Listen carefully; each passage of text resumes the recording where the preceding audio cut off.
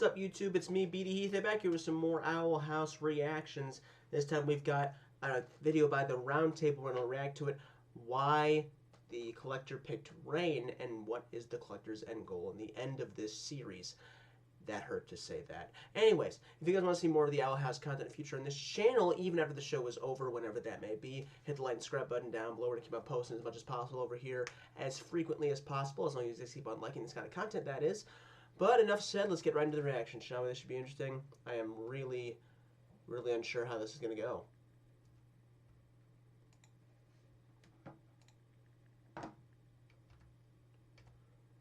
After Season 3, Episode 2 of The Owl House, there's a question I've seen pop up that, when trying to figure out a solid answer, actually really got me thinking about the finer details of the series.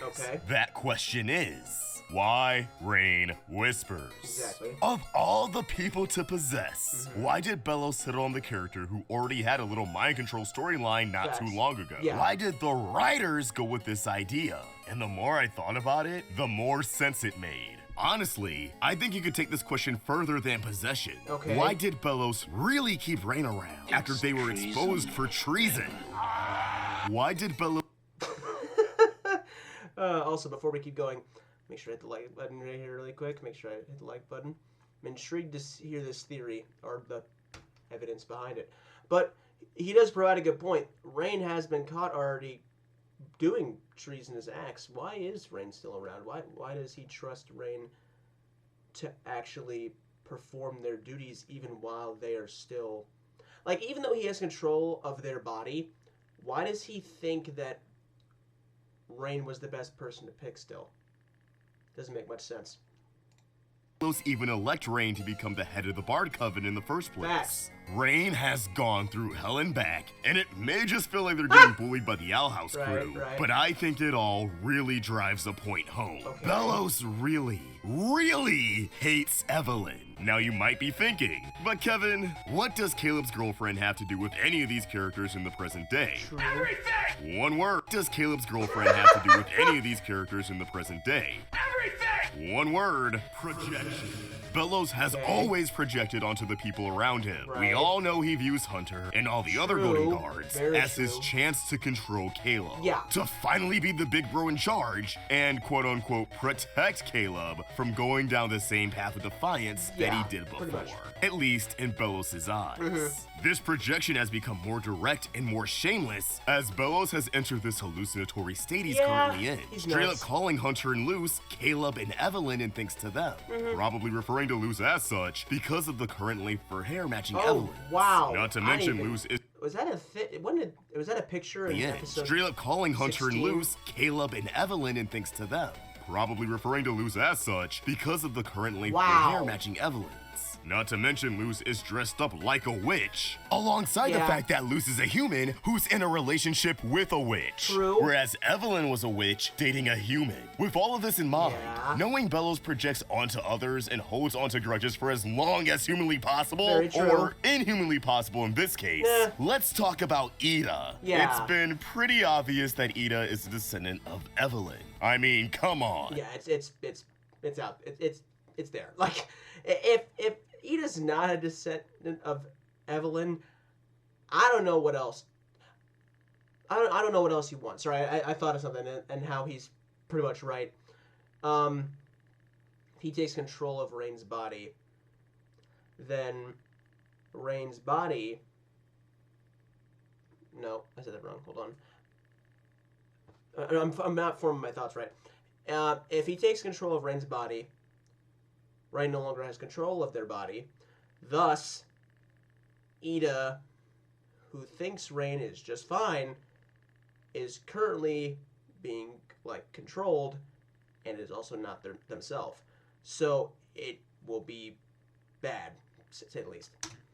Edalyn, Evelyn, the matching red hoods, the implication that the Owl House used to belong to Evelyn, the implication that Evelyn was just as hot as Eda. Sounds like Big Bro got a hot witch girlfriend and Lil Bro got upset. There's just no denying it. That being said, Belos and Eda have an interesting dynamic in the sense that they don't really have one. Belos has captured Eda, upped her bounty, and had her home raided. Yet these two have only interacted once. True. In Young Blood, Old Souls. You'd think a dude who loves tormenting people who remind him of his past would have an entire squadron dedicated to harassing Eda. But he doesn't. Because Belos doesn't try to mess with Eda's head by interacting with her directly. He messes with her head by toying with her loved ones. Yeah.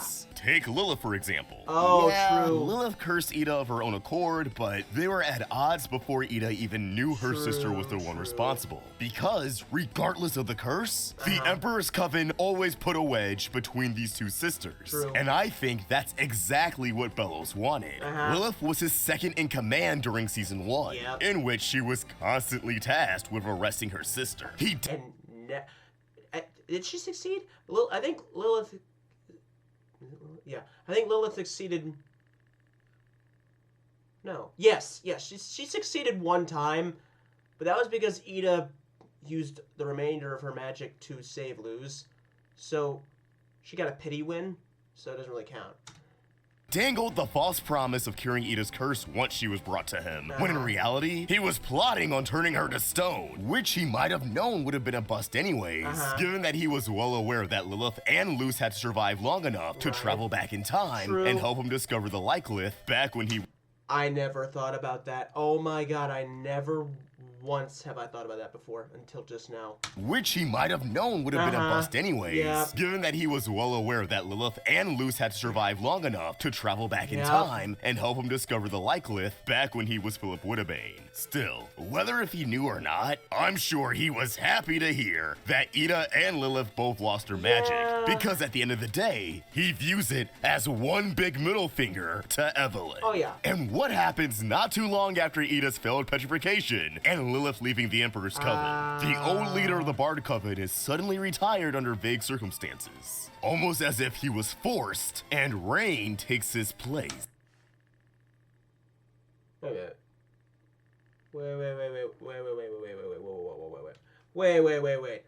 And Lilith leaving the Emperor's Coven.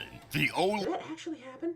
Leader of the Bard Coven is suddenly retired under vague circumstances, almost as if he was forced, and Raine takes his place. Belos loses one way to emotionally manipulate Eda and immediately replaces it with another. Yeah, that's right. I believe Raine was specifically chosen as head of the Bard Coven for no other reason than Belos knew they and Eda were an item. And he knew that, at the very least, seeing Raine in such a position would really bother Eda. It did. Where Belos goofed up is that he severely underestimated how resilient and how rebellious Raine truly is. True. Which maybe is They are a badass. doing in this current circumstance. It's so telling to me that Belos decided to just have Raine brainwashed after finding out that they were staging a coup. Kikimora feeding the excuse that there isn't enough time to find a replacement when Darius had the exact opposite information and clouds on the horizon. Right. Belos made sure we all have replacements. Oh, shit.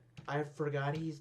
Wow, this actually is making more sense now. There isn't enough time to find a replacement when Darius had the exact opposite information and clouds on the horizon. Belos made sure we all have replacements. What did he mean by this? There's also the fact that neither Luz nor Eda would want Raine to get hurt just to stop Belos, which we saw firsthand in Follies at the Coven Day Parade. It would be better for them to just try and break Terra's spell, although Raine never needed saving in the first place. Perhaps Belos knew Raine was faking it, but felt that they would be the key to weeding out Eda for the Day of Unity, and that regardless, they would all perish under the draining spell. But either way, I do believe this is all the accumulation of a multi-century beef with his brother's girl. Multi-century beef. Oh my god, it's great. Girlfriend. Of course, there's no denying that when it came to actually possessing Raine, Belos saw an opportunity to get revenge on Raine directly for their constant defiance. But now Belos himself, through this possession, has that immunity from Luz and Eda. Once they realize what's happening with Raine, they're gonna avoid hurting him. But at the same time, Belos still gets his petty revenge against Evelyn by hurting her descendant's loved one. This possession eats at... There's also no way of confirming yet if, when Belos leaves Raine's body, if they're even gonna survive it. Will they?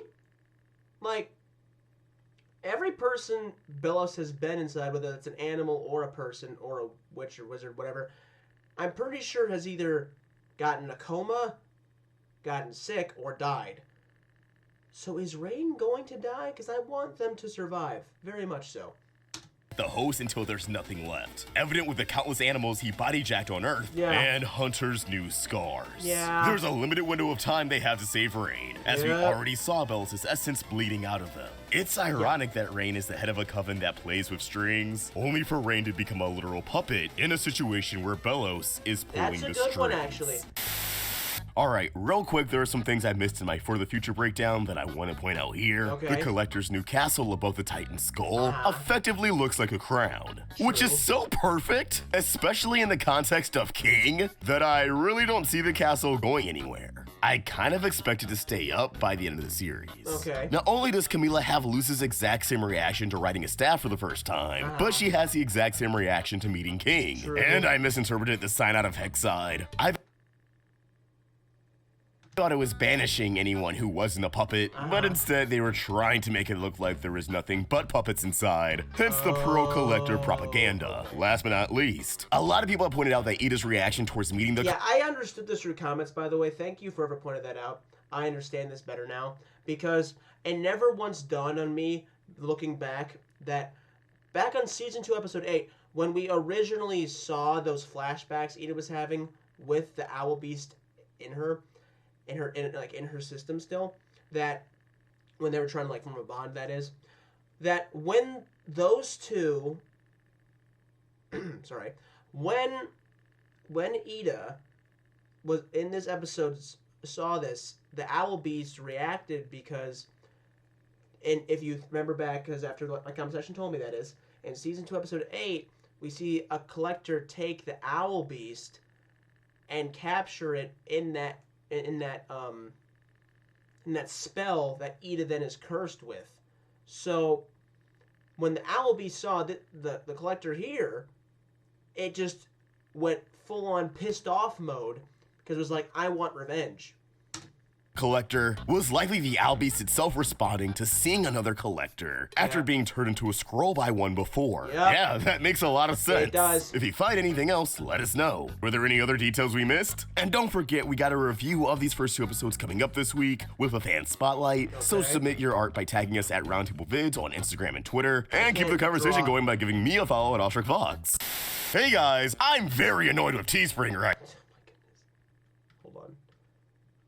I had to buy some of that merch though, low-key. Work, and I just feel kind of on a comment. Just my thoughts, and I want to hear yours. Why do you think Belos there? But as always, these are just my thoughts, and I want to hear yours. Why do you think Belos possessed Raine? How could whispers be freed? Let us know your thoughts in the comments below. What? How do you think Belos possessed Raine? How could whispers be freed? Let us know your thoughts in the comments below. And keep the conversation going at Roundtable Vids and at Ostrich Fox on both Instagram and Twitter. If you enjoyed this video, please throw it a like. Yo, y'all, low-key, definitely go subscribe. Roundtable's awesome.